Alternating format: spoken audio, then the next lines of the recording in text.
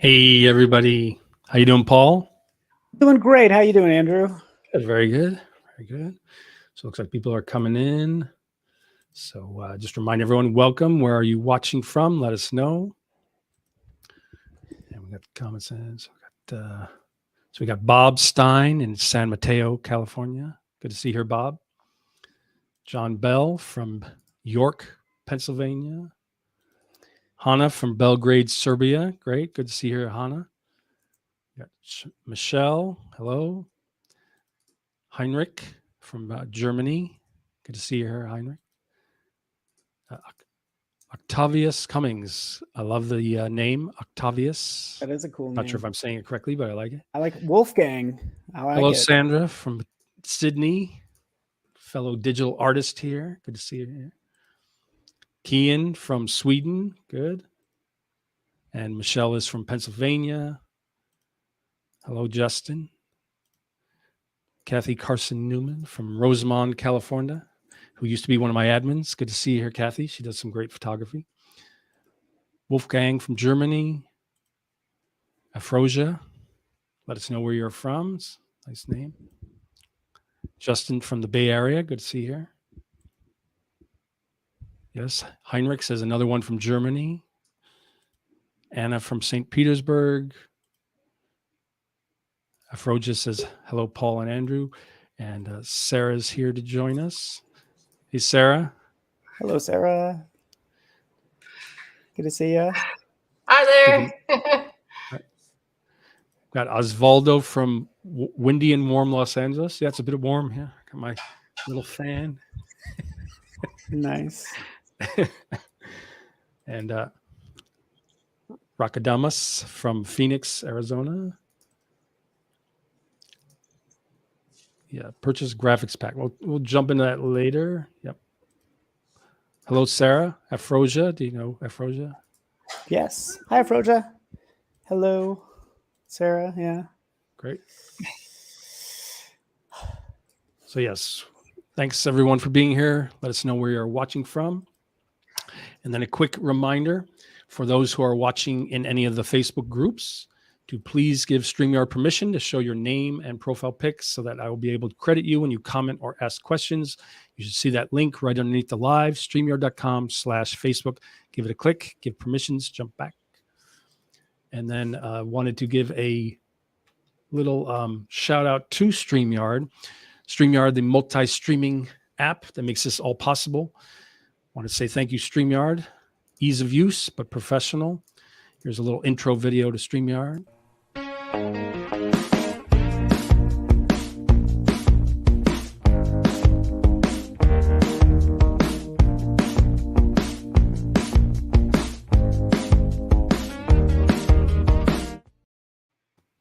Thank you, StreamYard. So, yeah, great to see everyone here. Let's see, we got Robert Simmons from Little Rock, Arkansas. And, yep, let's see, we saw that one. Wendy, hello, good to see you here. C. Grisham from Beaumont, Texas. And Wendy's from Michigan. We got a lot of representation across this country and then Yeah. some. Yeah, it's nice. It's warming up everywhere too, I believe. So, all right, cool. So lots to show, lots to go over. So thank you so much for being here, Paul. Would you like to introduce yourself? Yeah, certainly. Hello, everyone. My name is Paul Trani. I'm an evangelist for Adobe. I see some friendly faces in there. Good to see you. Yeah. So, and you know, geez, I've been doing this for a while. I've graduated with an illustration degree way back when, but have been an evangelist for like since 2010, actually. But yeah, have experience, you know, mainly I focus on sort of the graphic design side of things, been really getting into motion as well, which has been really fun. And yeah, and 3D. So yeah, so that's kind of a little bit about me. Excellent. And should I jump to the one of the videos? Yeah. Yeah. Gotta fire off that first one. There we go. Feel free if you guys have any questions. I'll jump into maybe full screen view of it too. Yeah. Is it playing? So, and I could also send you guys links for some of this content, but a lot of this is, Not sure if it's playing though. Yeah, it's weird that it's not playing. Let me You try jump. the next. Maybe jump. it takes a second to load. Yeah. Or try the next one if you It want looks to. like it's building up. Yeah. So Building, essentially, building. what you will see is just, Photoshop projects, so a lot of photo compositing of different elements. That then I would take that into After Effects a lot of times and animate it. So that's what a lot of that stuff is, if it would play, but it's really cool. You should see. It's so cool. It's frustrating. I want to see it, but it's No, it is. It is all good. I could always send a link to you, Andrew. I'd say a lot of this stuff is on my super rare, in my creations on super rare is where you can find a lot of these, and on Behance. Should I jump to the other video and see? Yeah, sure. Add that to stream.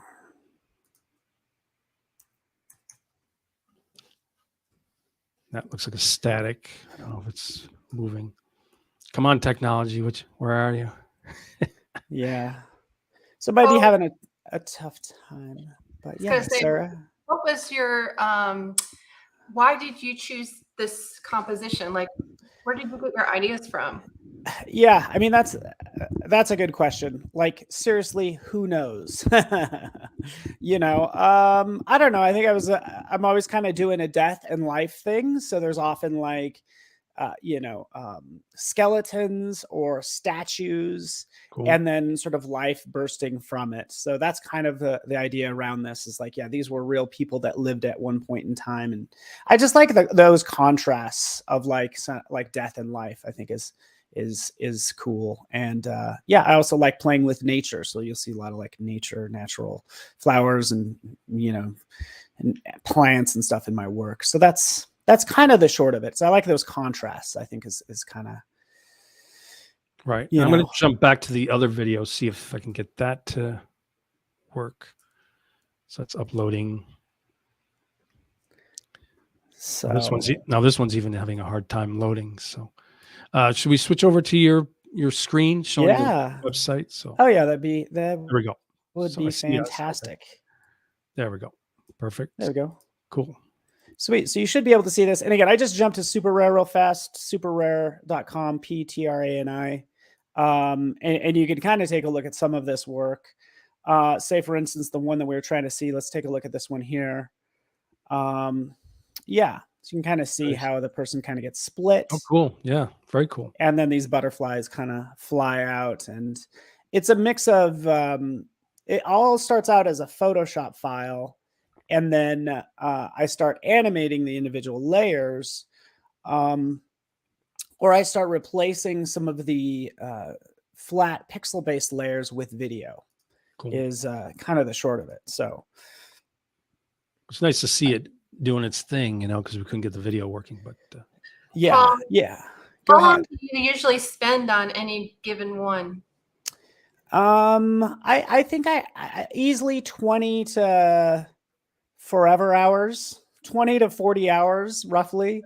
Wow. Over the course of like 2 weeks is what I'll spend this time on. So 20 to 40-ish, I'll think it's done. I'll want to post it, and then I'll go to bed and look at it the next day and realize there's something wrong with it and stuff like that. I mean, I could show you earlier versions of even this piece or any one of these.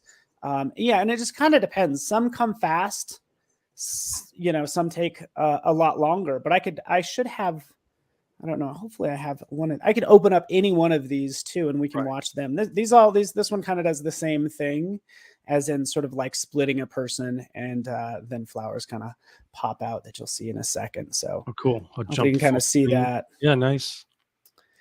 Yeah, it kind of pops out like so. Some animated flowers. There's still some issues with this, but nobody's noticed. There's an issue with this little, that little part. Like, I could have spent more time on this. But they take me a good 20 plus hours. A lot of times I'll start in Photoshop with like a still graphic or like a composition. And then I'll decide later on that I want to animate it. So if we take, for instance, the like Neptune statue, with those other creatures and the pillars. That was originally like a still image that I said, you know, it's like, I want to animate this. And let's see, where is it? Right down here. So that's kind of what happened here with this one. Right. Like I wanted to. So Justin has a question. He says, is that typical to spend that much time on compositing an image? It just depends. You know, maybe I'm exaggerating with 40 hours. This one I definitely spent more than 40 hours on. But the latest one I did, I probably did in 20 hours, but it's pretty typical, at least to get to the level that I want to at, because I want to progress as a designer. So I'm just trying to outdo my other pieces that I've done, and the other pieces took at least 20 hours. So it means, well, it looks like I gotta, you know, do this one in 20 hours as well. So it's not opening, but I'll go ahead and open up a couple PSDs if you guys don't mind. Let's kind of take a look at these. I was gonna say, when I do my digital art, it's like interesting how sometimes things come together and it can only take 1 hour, and other times it takes various hours. Then you rest on it, come back and look at it with new eyes, and then exactly. Like even exactly. And that's the biggest advice I can give to most people. If something doesn't look right, you need to step away. Send it to somebody, send it to designer friends, send it to me. Sure. Get another set of eyes. Those other set of eyes are either going to be somebody else's eyes or your eyes plus time, you know, because you kind of come back with it with fresh eyes, and then you can see kind of what's wrong with it or what it needs and things like that. So you could see, say, for instance, this version, this is kind of where it started with the still image. And then you can see the, if I still had it open, the final in here that we saw a second ago as well. Right. So you can see I played with the colors a little bit more, and this is kind of the evolution of it. So the background colors. Yeah. And what I ended up doing in here, and I'll do this a lot, it's kind of like one of my last couple things that I'll try with a composite, is I'll play with lookup tables. So there's probably, here's this color lookup at the top. I'll turn that off. And you can see this is like the original color, which is so, geez, how did I get so neon in there? So, and then I was just kind of hooked on this color lookup. It should be called the 2-strip look.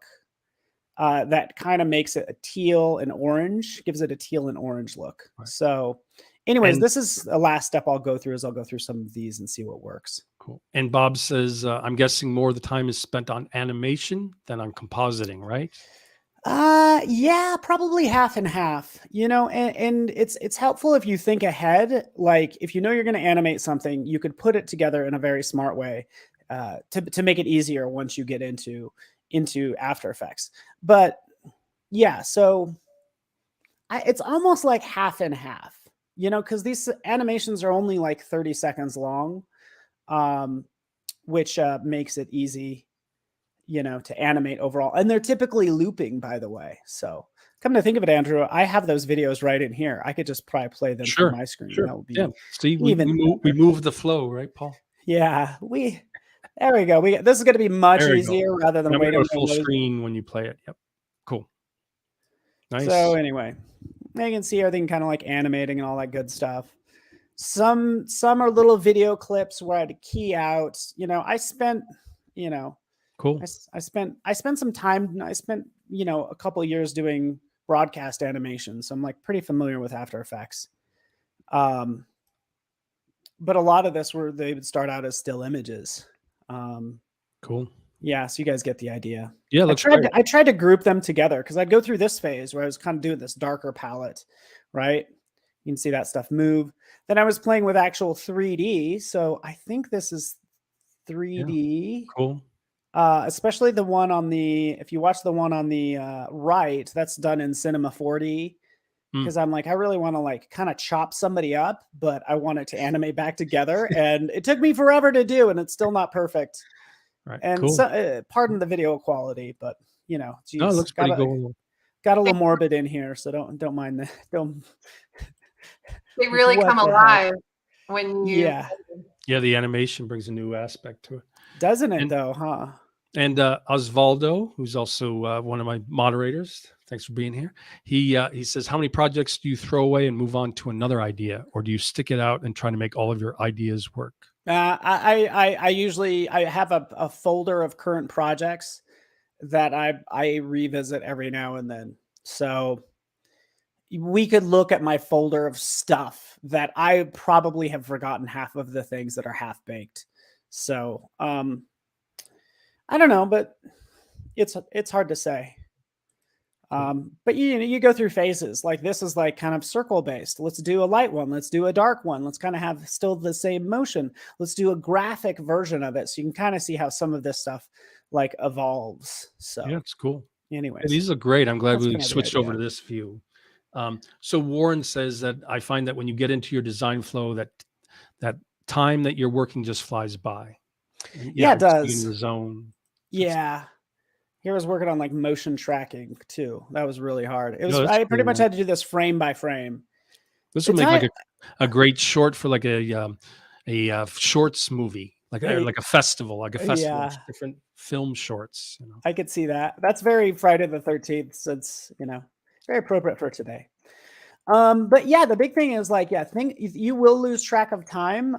And that's kind of a good thing because I've been thinking about this a lot this past year. It's like you got to enjoy creating stuff. You just got to enjoy it. If you're so focused on the result, that's such a small portion of the actual project. You better enjoy creating things. That's why I like doing things in Photoshop. Let me open up Photoshop. I'll do things in Photoshop just because I like the immediate results. Like I could maybe do things maybe I could use some 3D, but 3D takes forever. And I want instant gratification, and Photoshop gives me that instant gratification, Right. which I like. So And I was going to say, when it comes to creating digital art, we're all in this cycle where it feels good to get the likes and the comments and, that type of mhm. engagement. But, the bigger picture is you got to really love what you do and you'll stick with it that way. Yeah. If you're being controlled by likes, you'll probably burn out and give up on it. Yeah, Um, exactly. and then we got a question from Justin. He says, any advice on someone just starting out in Photoshop? Seeing all those layers was slightly overwhelming. I wouldn't even Yeah. know where to begin, which is why I'm here learning from you all. Fantastic. And I'm glad you're here because that's why I just thought I'd open up like just one image and we can kind of get started together. I could show you some things you could do that are really easy. And I could show you some things if you've been using Photoshop for a while, like how to set up everything so things move fast as well. Um, so anyway, so like take an image and just and see where your curiosity takes you. What you'll need to do a lot of times, like remove the background. So notice, just disregard these other layers. Let's not worry about them. Let's focus on this one right here. In fact, I'll put this stuff. Let's get rid of those. Okay, we just have this one layer called woman. If you go in your properties panel, and I love this, but here's your remove background button. That's exactly what I want to do in this case. Click remove background. It does the obvious. The cool thing about this is this, as Andrew knows, this removed multiple steps that I didn't have to do myself, which is awesome, right? Because it's like I didn't have to worry about any of these selection tools. I didn't have to try to impress you with the object selection tool. No, we didn't need to worry about that. It literally will select the object, and then it also creates this layer mask. So the background actually is still there. So if I disable layer mask, in case I need to do any cleanup or any edits or whatever, those pixels are still there. And let people know what they call this artificial intelligence. Oh, yeah, Adobe Sensei. Sensei. Yeah, Sensei. Sensei is the magic, and maybe that's what you do. Is you I like to give people when they start out like just quick wins, and I think this is like a really fast win that you can kind of run with. And I think when you mentioned Adobe Sensei has a ton of things, if we're talking neural filters, that can make things happen fast, which is nice. Okay, so let's take a step back and say, hey, where did you get this image? Where could we get images if you are starting out? Let me just open up. I just want to do this really fast. Sure. Stock. Just go to stock.adobe.com. I'm just going to make everybody aware of this little guy. Switch this to free. Okay, so this... And real quick, I just have to, someone's asking about so that they can show their name and profile pic. So yes, please, if you're on Facebook, please give StreamYard permission to show your name and profile pic. So I'll be able to credit you when you comment or ask questions. That is the link underneath the live, streamyard.com/Facebook. Give that a click, give permissions, jump back in. Thank you. Sweet. Awesome. Which is again, good I'm because one second, Mhm. which is good because we are going to be giving away 12 month of the Adobe Creative Cloud, and you have to have a name and a profile pic to win. There is no Ooh. winner named Facebook user. Oh, then you have to give it to all the Facebook users. That's right. Just joking. So yeah, but this is nice. Just go to stock.adobe.com, switch this to free, and you could just hit enter. I'm just going to hit enter and it will display everything, but you could see it displays over 1 million results. Nice. Okay, but I could easily search on, woman standing, right? And off to the side, we can kind of filter that down and all that stuff. So we can kind of take what we want and, start to run with it, right? So anyways, I just like to point that out because I think people think that, maybe they have to pay for this stuff. Even when it says license, hey, don't worry about it. It's just saying, hey, you're not going to start your own photo stock company and post these images there. Anyways, so there we go. That's that image. Here's another pro tip too, by the way, because this is an easy way to get images. I do that all the time. Here it is. Boom, done. Is we have a ton of plugins available as well.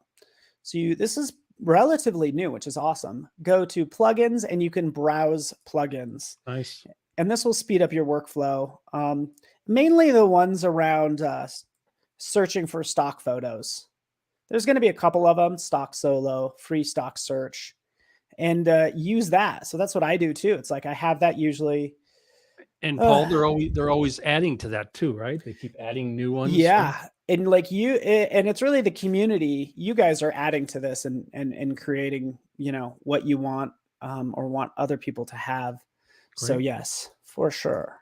And Sandra, my friend Sandra, has a question. Where do you get your inspiration or ideas from? Like, I don't know, like everywhere. I'm on social media and all that stuff. So I'm influenced by everything I see. I'll go to Behance and look at stuff. And I'll go to like Pinterest. That's where I get a lot of inspiration. I would like to say that I go take a walk in nature and everything hits me. Yeah, not so much. Like currently, I guess I'm inspired by other people and some of my Behance friends. is pretty amazing, right? Behance has so many different artists. Yeah, it's totally cool. And it's cool how you get a digest each week of the hot new stuff available. So I think that's pretty cool. Marcia says I found you, Paul. Thank you, Marcia. So I was not on Behance, yeah. I wasn't hiding anywhere. I don't know what's happening. So we'll do standing, woman or whatever. Doesn't matter. Oh, and Justin asks, do you composite your own images that you photograph as well? Yeah, I've done that before. Sure. Yeah. Right. Currently it's my streaming video camera is my same camera that I use for photos. So cool. I usually have to like disconnect that. Don't drop it. Don't drop it. Exactly. So, yeah. Cool. Anyways, so this is just like, oh, actually I don't want to save to computer. If you just click this last one, it'll just go ahead and open that up. Cool. But I like how this serves for searches like Unsplash and Pexels and all of those. So if we're looking for a landscape, because we want to composite her into a landscape, we could jump out here and find, I don't know, a cool landscape. Whatever, any one of these. That's all. But see how easy it is to like, I don't even have to look at my desktop. You guys don't have to see my ugly desktop. Some nice ranges of photos, right? Yeah. Colorful. It's pretty nice too. I like this one. Yeah. With the plugin photo options, do we have to worry about copyright issues or anything like that? Yeah, you will. You totally have to be aware of the copyright issues, just FYI. Typically, they're royalty free. So you got to be aware of, say, Unsplash's copyright when you create account or download. Most of them some of them will say like, maybe give the person credit or whatever. But yeah, you definitely need to, don't download a photo and try to pass it off as your own. Like I'll take stuff from this and the other pieces and make something entirely different, mainly just to show you guys. But yeah, definitely don't, because these are your fellow creatives. And I wanted to let Wendy know, Wendy, you are already approved, or your profile pic and name is being shown, so you're good. You're good for the contest later on. And I know that Zach also had changed his profile, and he also has a question. Any light matching tips for composites? Oh yeah. Oh, I got a ton. Oh, it's so much fun. Here we go. That's what I was gonna do. Is I was gonna take, let's take this woman. Let's drop her in here. Sorry, I just updated. There we go. So, let's say we want to put her on this rock. Okay, so give me a second, but this is obvious the lighting scenario that we want to deal with. And I'll show you something that's going to be super easy. But we do have to wait for this because I'm just going to kind of size this down.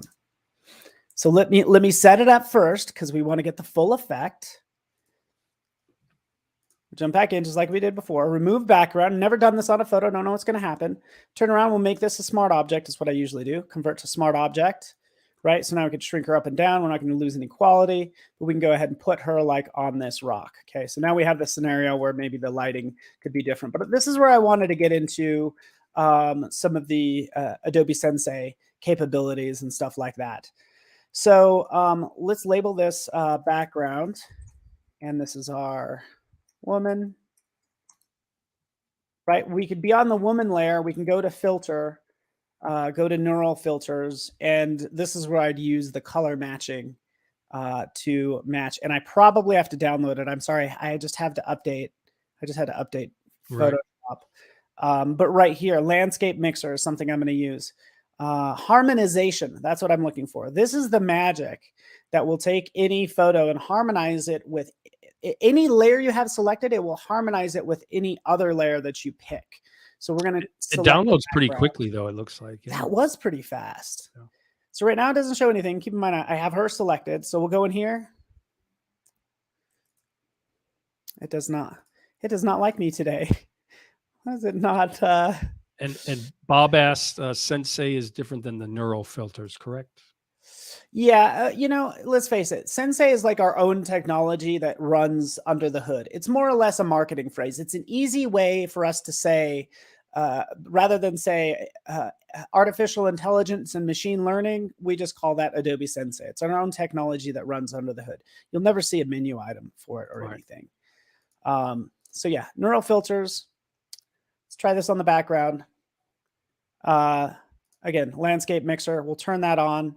And I'm just dealing with the background right now because we'd want to maybe change the background before we match her to the background. And I'm just picking this one, these presets right up here.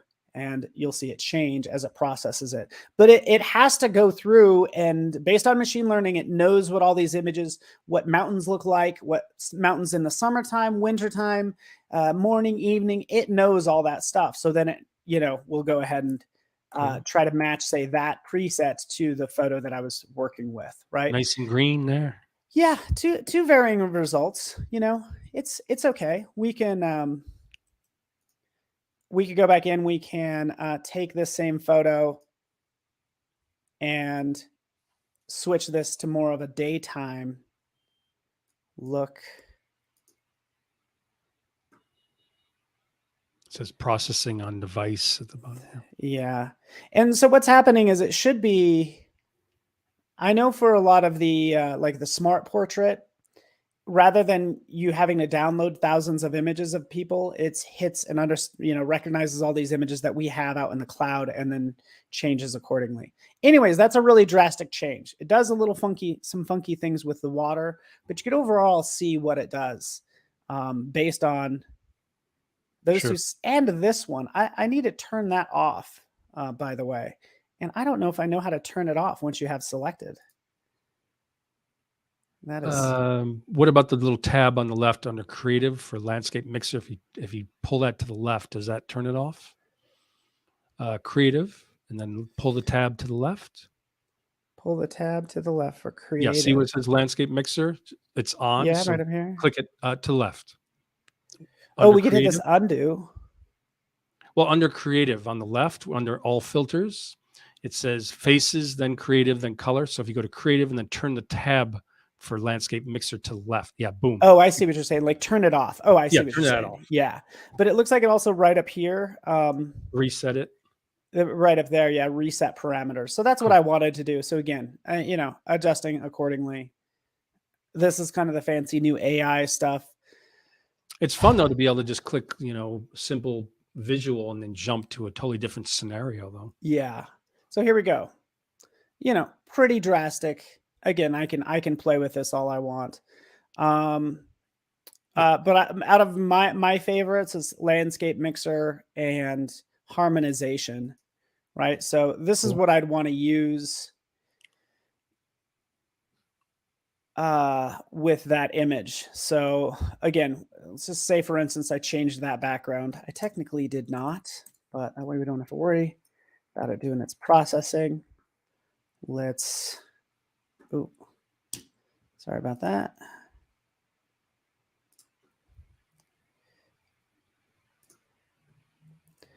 Let me just convert this back to layers because it does need, there we go. Let's make her match this scene. It does actually need to have a layer mask is what it says. So we're going to try this out. It's been a while since I've done this. You know, a way I match things a lot of times is I use some of the photo filters and adjustment layers, which a photo filter is an adjustment layer. Cool.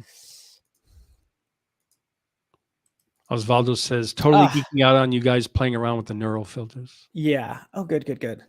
So anyways, so typically you could select the background here and it will match it. So that's what harmonization does, right?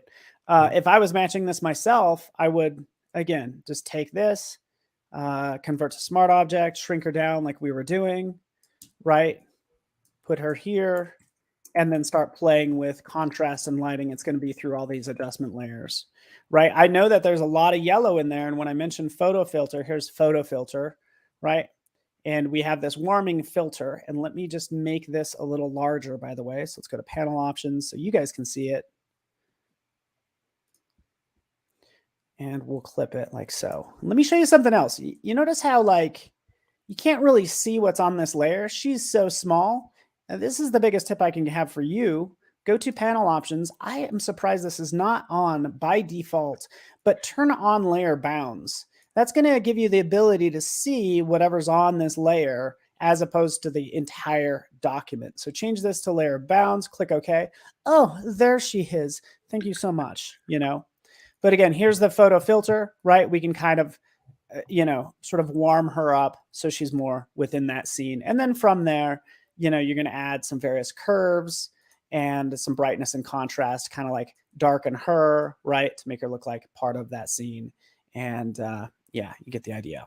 Cool. Yeah, I wanted to get in some other things too. And I wanted to open up I have some other files that I wanted to get into. Great.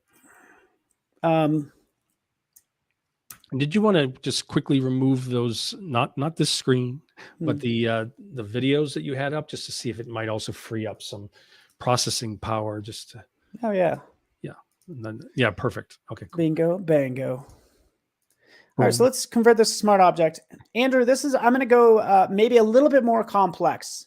I showed this morning on this live stream, on a live stream, and I don't think a lot of people knew it. And I tend to use it a lot because you notice in a lot of these, like, what am I doing? I'm slicing her up, right?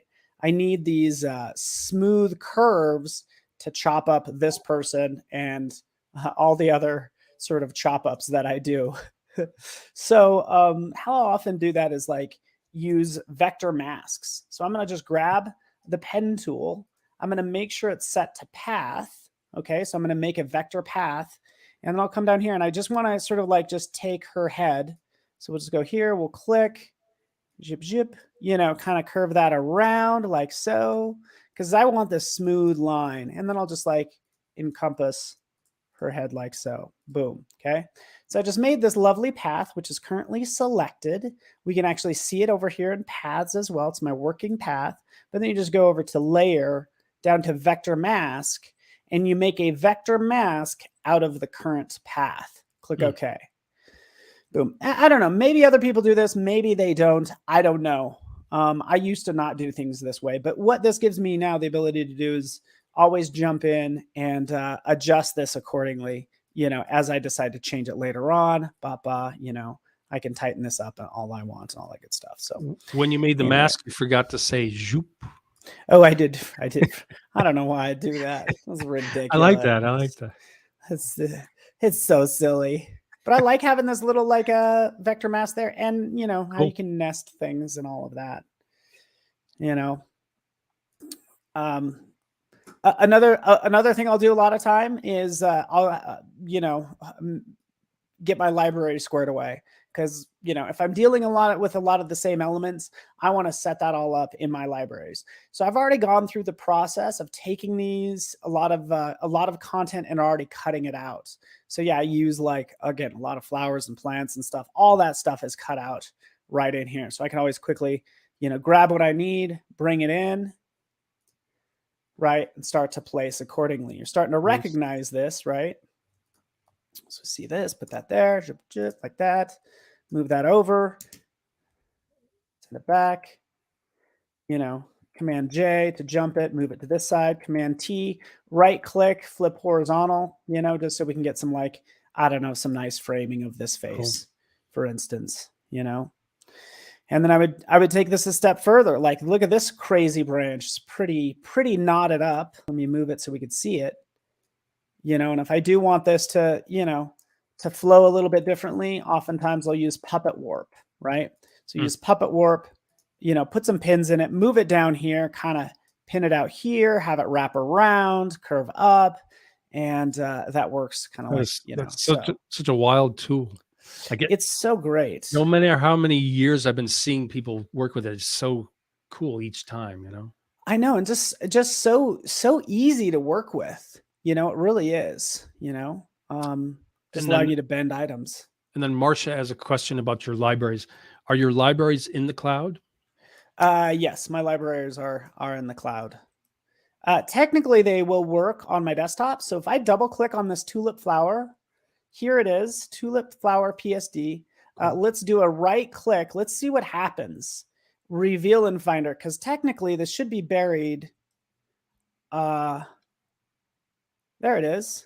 Yeah, so it's actually buried in a secret little folder. So it's already on your hard drive. So don't think that you can't work while you're on a plane or not connected to the internet, because all those files exist on your hard drive somewhere, right? And all it does, is take doing a right click and reveal in Finder.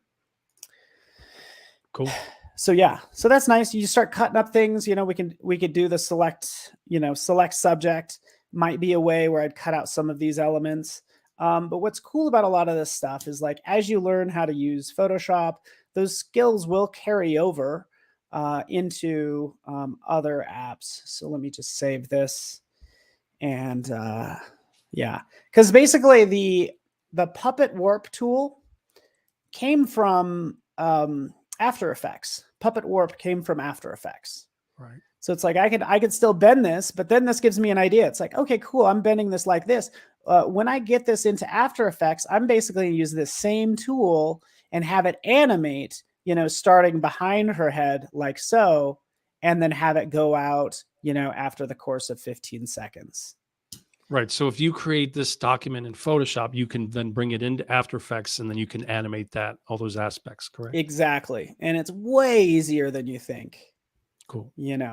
And can you take another question in terms of selecting? Yes. So TSD says, I have a problem using select object option. It doesn't work. Any advice? Yeah, we'll take a look at the options bar at the top. Okay. That should be your solution. So I'm doing a process of deleting a lot of stuff right now. But select it, go to your top bar, make sure that button is the little checkbox is checked for, automatically select objects, because that might be unchecked. But I think that's probably the issue, because I actually have it turned off. And then when I want to use it, I turn it on, because when you do the select subject, it does it automatically. Sure. Sorry, this is taking forever. I had four or five composites in one PSD that I just tried to delete. So it's taking a second. Sure. But again, you could I know this is a Photoshop session, but you could bring this stuff right into After Effects. We could take a look at one of those projects as well. I'll just open this up in After Effects. Literally, you go to, File, Import, PSD, import all the layers. It's going to import everything as a composition. So everything's going to have its timeline, same as what's in the layers. And then you can start to adjust the timeline. And I don't know if you guys are interested in this, but again, it's like I see cool stuff out there and I'm like, I want to do that. How would I do that? How do I add motion to my work?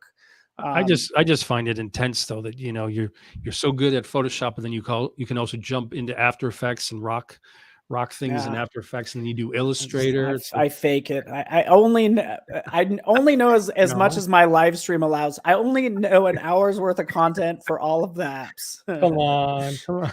So, but yeah, here's a case where if I open up this PSD, which I just made this one recently, like you will see, if I open up the PSD, you would see a lot of these elements, but I actually replaced a lot of these elements with, flower, like little video files, right? So you can kind of just see that opening, and then I reverse it. So it goes back down. Wild. So I don't know if this is getting a little too heavy, but you can see, yeah, that's where it is, right over here. So this little guy. Sarah asked, do the points that you set in Photoshop with the puppet tool, do they transfer to After Effects? They don't. They just come in as that static, whatever you morphed it into. Right. Is how that goes. But it's probably pretty easy to put new points on it, right? Yeah, for sure. And that's what I was going to do, which is why I'm waiting forever for that file to like do its saving. But yeah, that's what I was going to do, is bring it in here and all that stuff. But here's a case where is it loading? Let me just try to reveal in Finder. Yeah, it's having problems today. Sort of like here's the initial design, and I ended up just adding retrograde. Yeah, I know, isn't it? And it's Friday the 13th. We forgot to acknowledge Friday the 13th. Shoot. So anyway, so that's what this looks like, from here. These images, all these different parts can, just be layers in here. Again, I don't want to get too heavy into After Effects, because this is for Photoshop, but just to show you that a lot of the tools carry over. It's like, okay, here's my layers right down here. Here's that, the flowers. And then right up at the top, here's that puppet position pin tool. Yeah. It's not puppet warp. They gotta make this long name, but there it is. Boom, boom, boom. Added those points. And guess what? As we look down here, now here's all these all the different points are right in here. So if you can see that, and maybe I want them to end up there. So I'll move those keyframes down. I'll start right here, and then we'll go in and grab like this one. We'll have it move it in, things like that. So hopefully this kind of makes sense. It's cool. That's the idea. And then obviously hit the space bar and you'll see it slowly move. You could take these same skill sets and do social media, little moving social media. Yeah. And that's such a good point, because like, I think our jobs as designers is really to we get paid to try to grab people's eyeballs, to say, hey, look at me, or look at the company that hired me to get you to look at stuff. And motion attracts the eye more than a still image. So you do want to, kind of take what in Photoshop and say, how can I make this really grab people's attention? And this is just one of the ways you can do it. Of course, back in Photoshop, sorry about this, just do that. Photoshop also has a timeline that's really easy to use, allowing you to animate as well. So I was going to ask you about that, because I'm familiar with that. How easy or hard is it compared to, say, After Effects? Yeah, it's much easier. So here, now everything's going to open up. So yeah, if I open up that panel, I want to be aware, if I'm going to animate something, I definitely have to clean up all my layers, name all my layers, and then it's the same concept of a timeline and then keyframes, right? Which is where I really should have started, but it's super, super simple making that happen. Sorry, I have Oh yeah, this is something I was working on this morning. Right? Yeah, exactly. A lot of, this is what we worked on earlier. There's that, you know, and this piece. So this piece right here, if I wanted to animate it, maybe I will add some more flowers. I'll make sure the layers are nice and named. You know, we'll grab a flower for her hair, drop it in there. Right. And we can make it, I don't know, move out or into position. But if we look at the timeline right in here, we'll go down to timeline. And then we want to create a video timeline. So we'll click video timeline and bam, there they are. Here are all my layers. Right? So right in here, we can click play, nothing's going to happen, but we do see that timeline marker move along, which is great. So now we can say, hey, for this daisy that I just added, we want to add a keyframe there. Bam. You know, and usually you end up with I feel like when I animate, I end up with like the final scene, and my animation is going to build everything to that. So it's like, I need to kind of go halfway in. That's where that final keyframe should be. And then the starter keyframe, I'll move it like behind her head. Right. And again, it's just a simple example, but you could kind of see the concept of obviously this flower moving. Cool. So that's kind of that's the general idea. I'll close out some of these other files.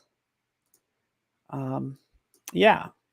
And what I'll also do, by the way, let me talk about like compositing and stuff like that. I've been talking about flat images, right? We've known where to get flat images. I also will use like pixel squid, which I absolutely love, right? So if we decide we want to like have a skull for her head, right? We could just come in here and type in skull. And it does cost money, yeah, pixel squid. But these are already rendered 3D skulls. So I could take this one, for instance, and add it to my Photoshop file. So there it is. Here's my skull. Obviously not the angle that I want, but we'll go ahead and rotate it like so. It's wild. You know, it'll rotate it into position. We'll turn off the shadows because we don't need to make it look like it's resting on top of a table. But that's what I want. What this is it's just a 3D file that has been rendered. All the angles of this 3D file have been rendered. And is Pixel Squid considered a plugin? It is a plugin, but it's also like a service. So yeah, and you could use it either way. I like the fact that it does have a plugin. Yeah. Nice. So there it is. I could always adjust it later on. And I could actually use these tools. So again, just kind of rotate it in like so.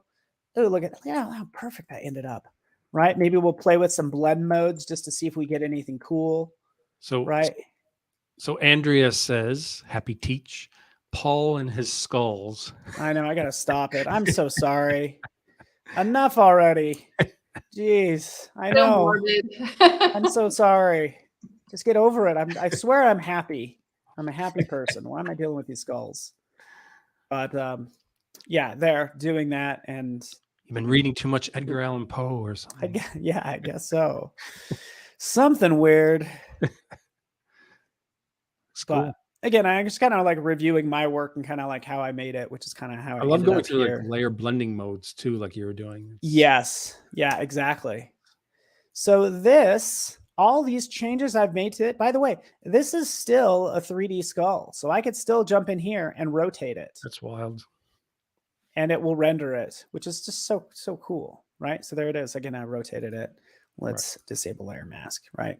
But honestly, it's not going to be long before you're going to want to use actually like a 3D app. You know, and I've been playing more with like Stager. Marcia says we need a raven. We do need a raven. You're exactly right. Heard my Edgar Allan Poe reference into it. So yeah.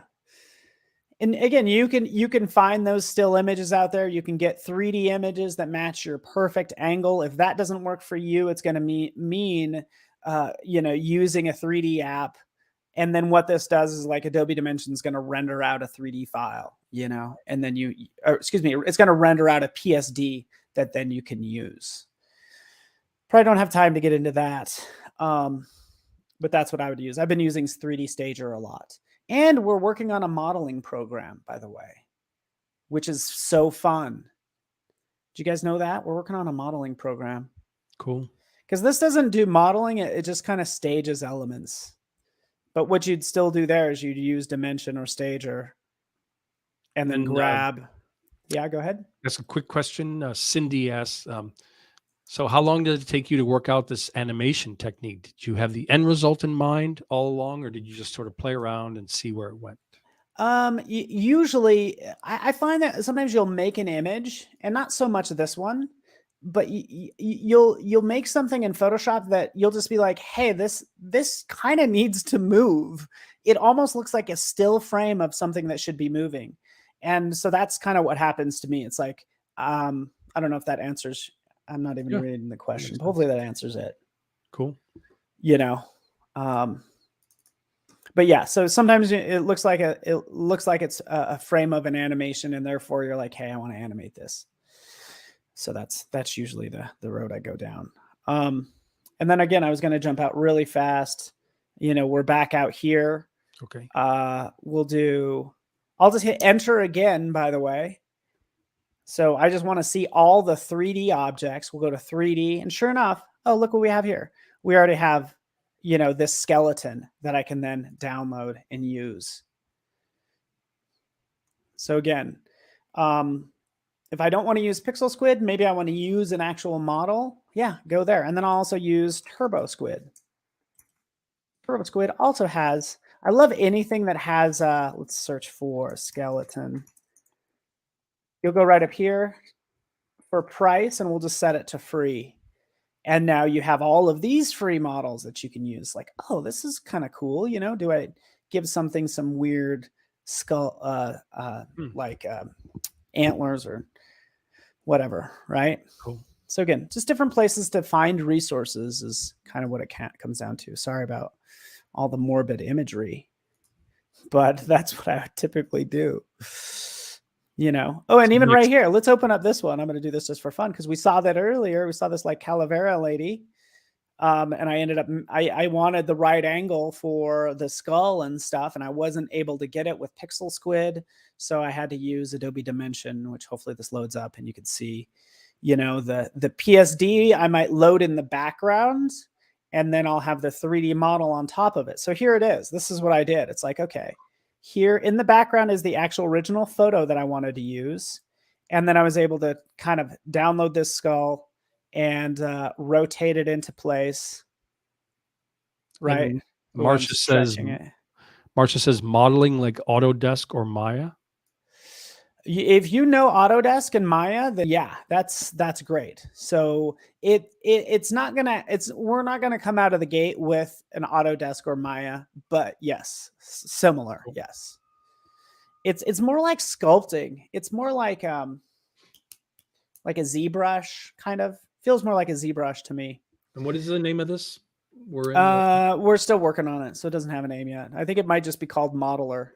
And the only reason I mentioned that is because I saw the Substance 3D team mention it. But I mean, is this what this is? Adobe Substance 3D? This is just Adobe Dimension. It is Dimensions, okay. But the short of it is we bought a company, so a 3D company. That's currently our Substance. All of our 3D stuff is like has a Substance name to it. I encourage everybody to like follow my live stream next week where we dive into Substance 3D Stager and Painter, which is going to be awesome. But the new one's going to be, you know, I think it's currently called like Modeler. But you know, the Adobe Substance 3D team has more information if you want to search them on Twitter and be like, hey, Paul mentioned this. But yeah, that's all I do is like kind of position the way I want, throw some lights in here. Because I also needed to match the lighting, by the way.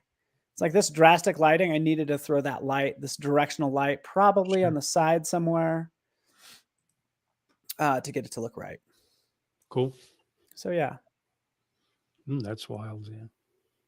Yeah, so you take that, you render it. I just have a bunch of random like flowers and branches in here because I'm like, okay, I want that stuff, but they need to have that lighting to it. So let's just render that out and then let's bend it into place in Photoshop.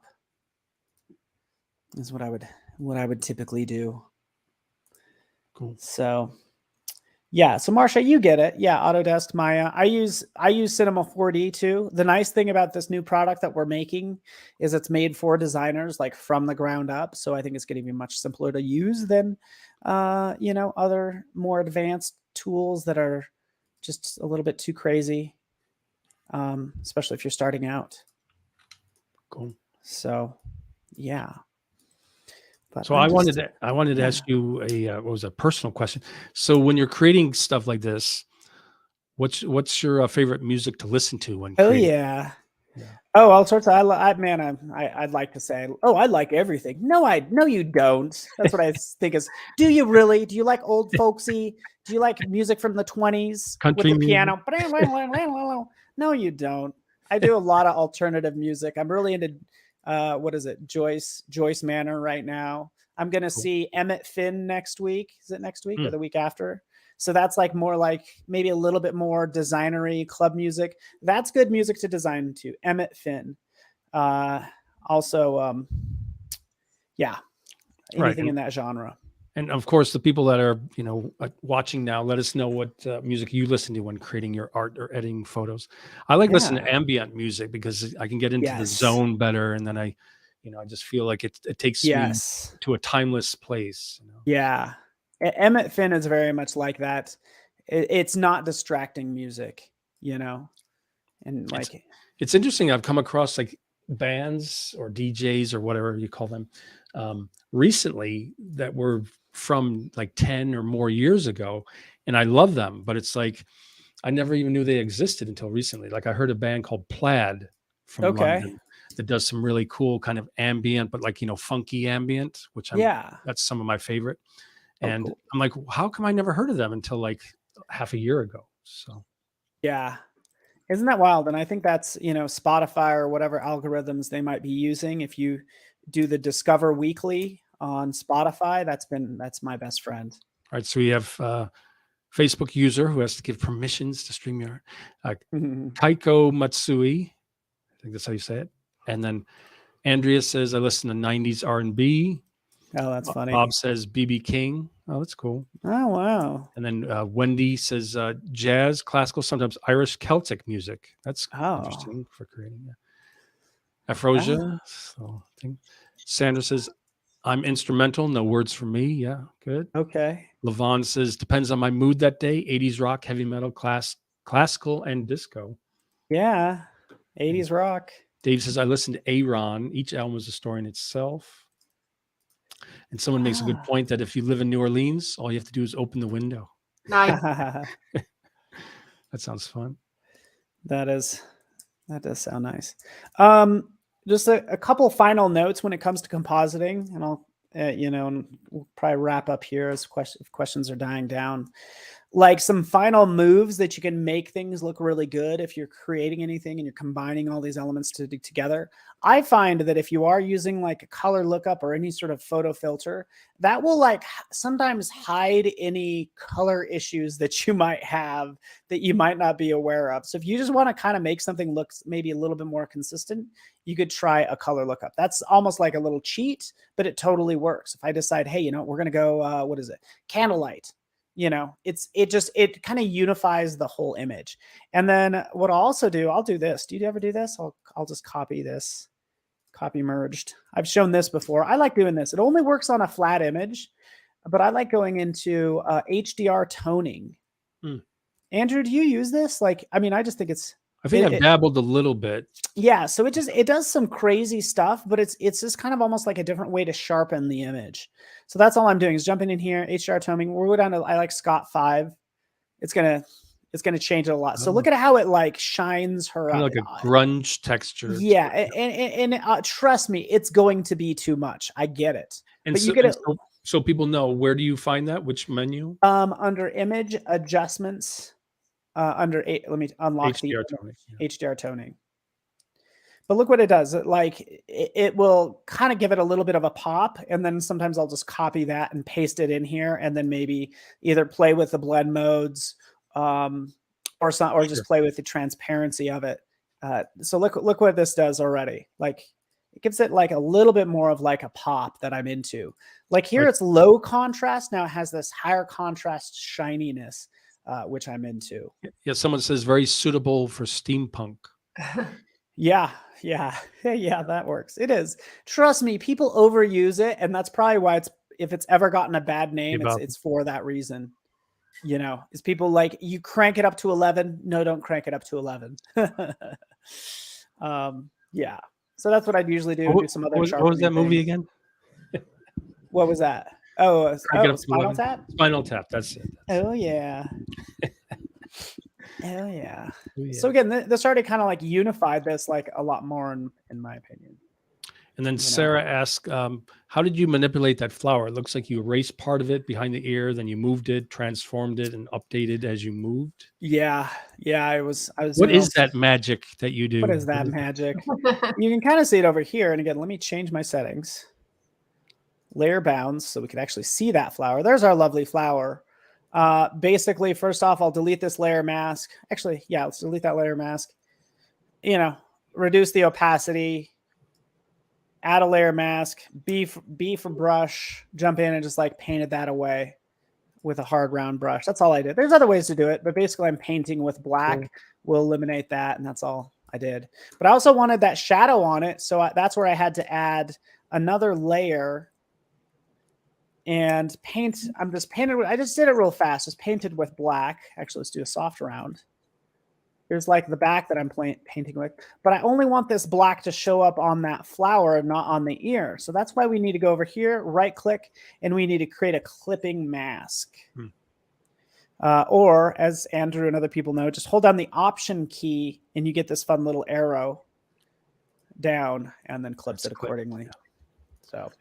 And I was going to say one thing that was like a absolute lifesaver when it came out was, you know, I would do these compositions for different clients and big banners for conferences or whatnot. And there'd be so many layers. Yeah. And then when the grouping came along where you could put those layers into a folder group, and then the ability to add a layer mask to that group. So then you could cut through like 100 layers at one time. That was such a lifesaver. Yes.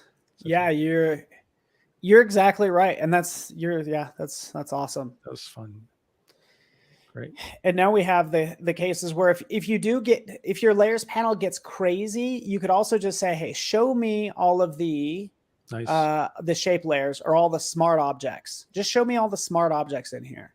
This is good. Just a good way to sort your layers so you could find exactly what you need if you're working on, you know, something in particular. Yeah, we can talk about navigating around this all day long, but yeah. I know you could be here for 4 hours. I know. You can be here forever, you know. And Lupus says, love all the variety that you can do. Oh, good. Yeah. I mean, yeah, that's the thing. You could do just about anything. And by the way, like this might be controversial, but I would go ahead and say, if you are starting out in Photoshop, you go out there, you find something that you like, try to copy it. Like cite your source, but like, just try to do what that other person did, saying, hey, I try to do this like so-and-so, but like, just, you know, it's a good way to learn, is like finding out what other people did, how they did it, try to do it yourself. You'll realize that you can never really extract yourself from the situation. It's always going to come out looking like your stuff is what I feel. Even if you try to copy somebody else's, it's like, well, it's always kind of yours, or you want to modify it your own way with your own style. So I always say that too. Yeah. Like, you know, it's like the masters. They used to have all these apprentices. What did the apprentices do? They copied the master's work. You know, that's all they did, is they just copied the master. And that was their way of learning. And I think that's kind of awesome, you know? So anyways, here's this one, by the way. You can see that one animated with a bunch of flowers and stuff. Cool. Okay, we get the point. Enough with the skulls and flowers, Paul. Stop it already. It's nicely balanced, though. It is. I wanted to, I think it's a nice little, I don't know. I'm into it. I like it. Cool. But yeah, that's all I got for you guys. Well, a lot of great stuff. Yeah. I got plenty more, but we'll have to save it for another day. That's right. So much you could do. That's all. So I do have a 12-month subscription to the Adobe Creative Cloud, but before I do that, anyone who is showing up as Facebook user has to make sure that they go back and give StreamYard permission to show their name and profile pics. So that is right underneath the live in any of the Facebook groups, the Tampa Bay Adobe user group or the Photoshop and Lightroom group. Click on the link, StreamYard.com/Facebook, give permission, and then say hello quickly in the comments so we can know that you're in. Let's see. Oh, so you're gonna give one away right now or within the next couple minutes? Yeah. Creative Cloud, 1 year Bob says, Creative thanks, Cloud. fun to see. Yeah, so where is so it? exciting. One lucky attendee will win a 12-month subscription to the Adobe Creative Cloud set of apps or an extension of your current Adobe Creative Cloud plan.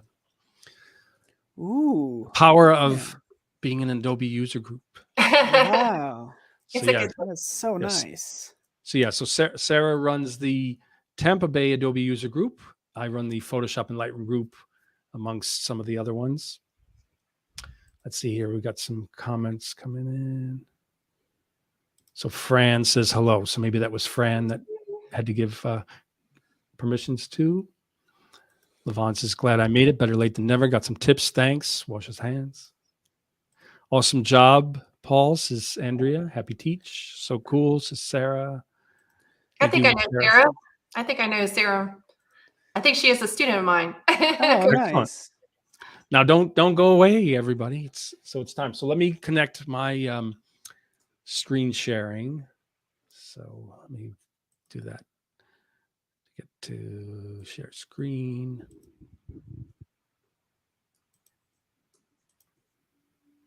And then yep, Sarah definitely is the right Sarah.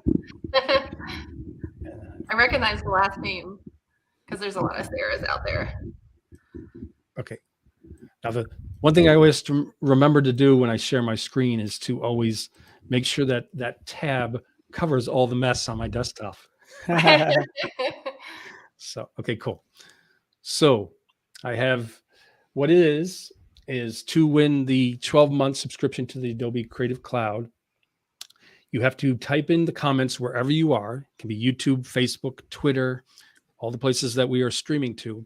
In the comments, type in hashtag, and it can be lowercase or uppercase, but might as well make it uppercase. Hashtag art, A-R-T. And I'm going to start collecting comments. So type that in. Don't be shy. You can't win unless you type in the hashtag. So there we go. I see Bobby. Your odds are looking good.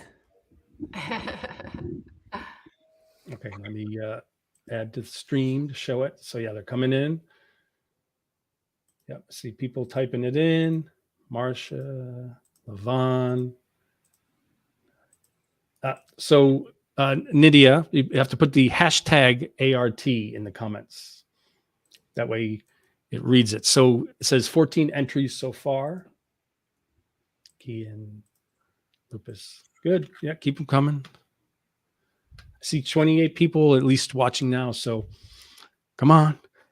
Let's go. Odds are good. Really good. Andrea. Good.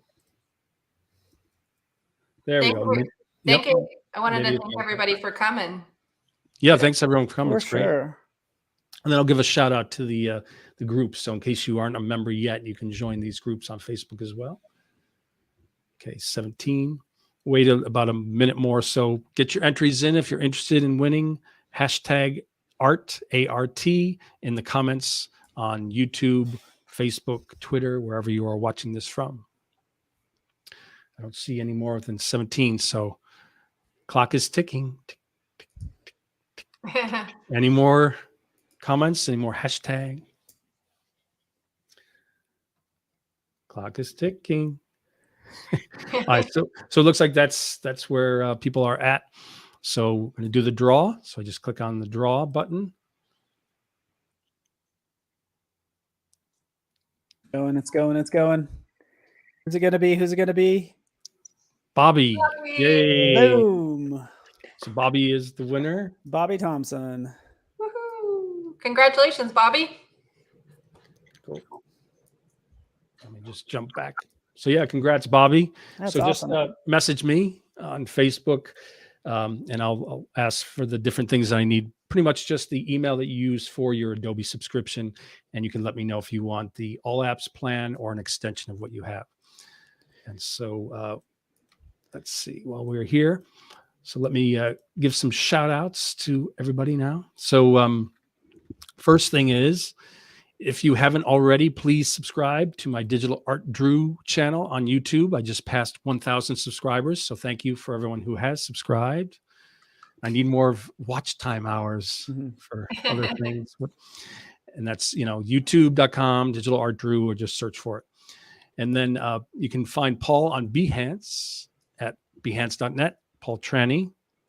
You can find him on Instagram at ptrani, Twitter at Paul Trani, and of course at paultrani.com. Great.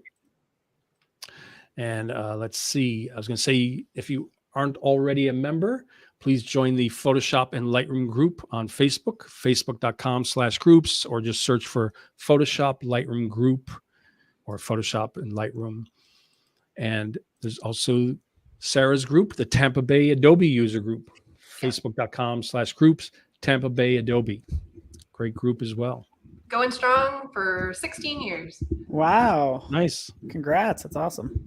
Used to be like an InDesign focus group. Yep. And then there was just so much to cover. We wanted to cover everything. So. Excellent. Cool. Yes. So thanks everyone for being here. Oh, lots of comments coming in. So yeah.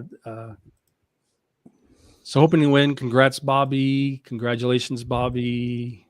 Andrew says, congratulations, Bobby. And Bobby says, thanks so much, guys. Yep. TBUG. Tampa Bay Youth Group. Dessert for the soul, says Fran. I love Fran. Thank you. Michelle says, thank you again for the great stream. Thanks to Paul, Sarah, and Andrew. Yep. Sandra says, thanks, everyone. Yep.